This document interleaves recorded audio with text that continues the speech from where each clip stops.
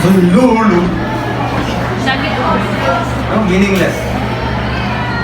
Kung ayaw mong gitanaw ba, ang Mardi Gras, meaningless na siya. Di siya spiritual.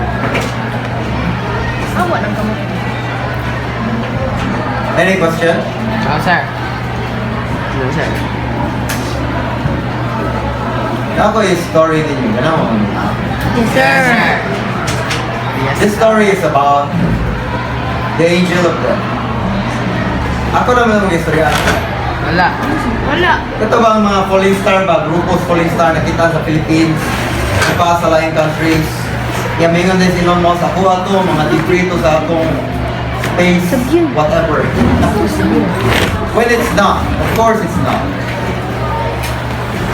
But it happened maybe 2 months, 3 months ago. And for me, I'm not quite sure, but in my opinion, maybe it's the angel of death. Kaya angel of death, it could be na leader na angel, yan na siya bata-bata. No? Mga angel of death, yan po nang ako. Like panahon ni Moses, you remember? Ako naman nag-istorya, no? Oh, sir. Nagipamatay ang firstborn son sa 10th plague, yan, angel of death, sold balay, pero muli kayo sila, tumatong blood of the lamb, nagisugo ni Moses, right? Parehan na itabo sa California fire. Those good Christians, despair ni God, wala kasunog. No? Sunog ka ng silingan, tusok ng hangin, pillars of fire, lupad ng mga baga. So ang istorya ninyo is my own story, real story of the angel of death. And I believe it was the angel of death. Do you want to listen? Yes, sir. The story. Sorry, wala ko kabuhat o comic strip ba ito, dog? Dog? Kailangan ka minaw sa mga story. Okay, kailangan ka di. Ay ka pala ka, tagay ka buko juice.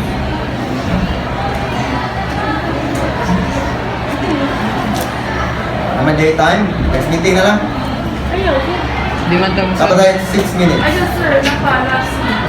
Alright, minaw si Raymond. Ano, sir? Sharon! Tato'y laser ba? Di ba? Kita ang laser, no? Yeah. Sir. Gigamit ang telescope, ang blue laser na igo ni bandag yun, na reflect sa star. Ako na nung na, no? So, meaning to say, those stars may not be very far after all. Eh, telescope na to sa mga stars, di ba kung siya mahimong sun? It means to say, stars are not sun, the sun is not a star. Could be. Sa ancient writings, ang mga stars are angels. I don't know if it was in the book of Enoch. Nga, ang mga falling stars are fallen angels. Kaya ganahan sa mubalik dito silang former places sa langit. Kaya weak naman sila. What was I blessing ni God? They fall. No? Kaya makita na nato ang kahayag nila. I remember Jesus said, I saw Satan fall like a lightning, no? From the sky, from the heaven. So,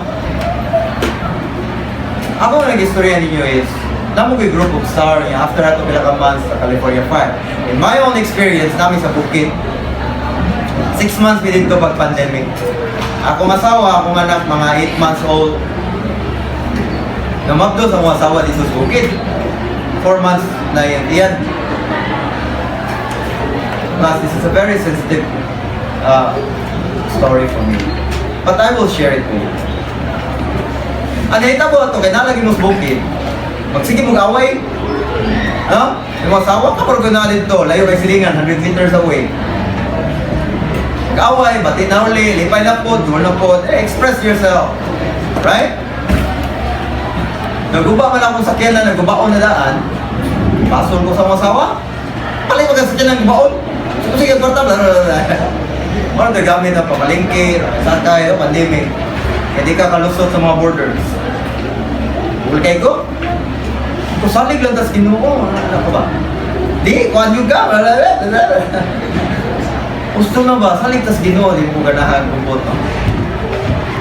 Mabdo sa mga asawa, mga 4 months na, sumulihap ng bata. Kuha naman ko kantos. So nakasa og second commandment. Unsa kay second commandment?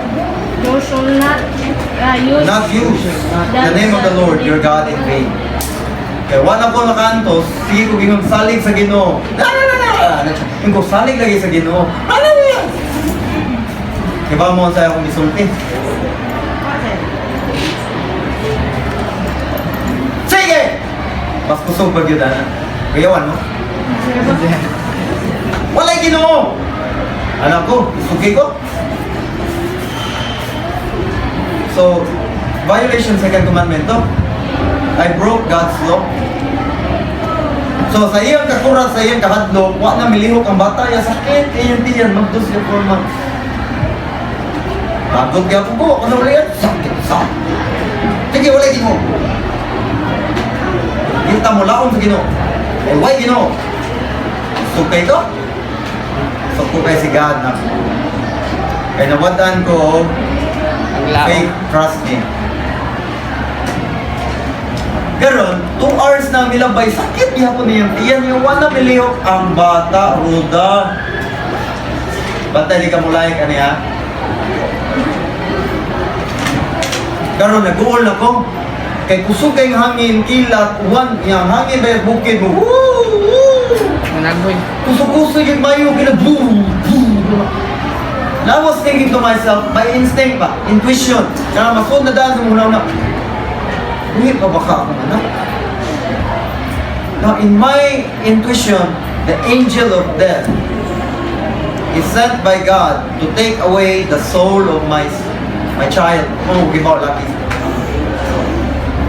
And I was so scared. Matay akong anak, tungod ako. So I thought to myself, nagsige pa man ang storm, grabe kayo. I have 2 choices. 1, I will kneel down before God and ask Him, Lord, I'm sorry, please. Return the soul of my son and make him live. My child. Or, ako ginigila ko na, magtukos gawas. Magpakilat ko, ya akong basulong ng Ginoo antod kung matay ko sa gawas. Grabe na mga away ato, grabe this.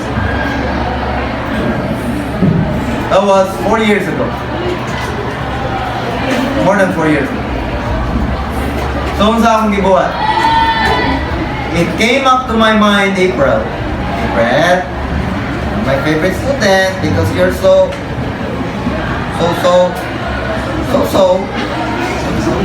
not listening.